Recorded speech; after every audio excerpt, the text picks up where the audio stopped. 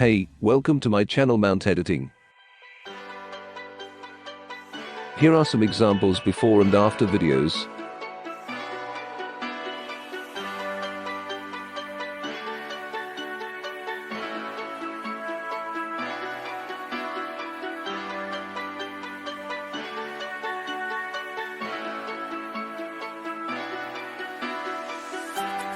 Please read this notice to download this LUT.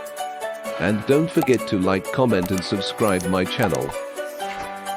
You can use this LUT in VN and Premiere Pro. I will show you how to use this LUT in VN. Let's start. Open folder in File Manager. Select Cube extension and import it in VN Editor.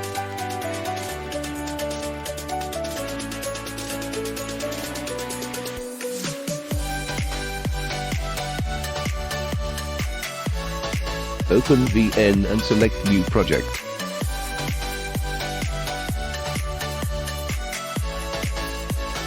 Import the video which you want to color grading.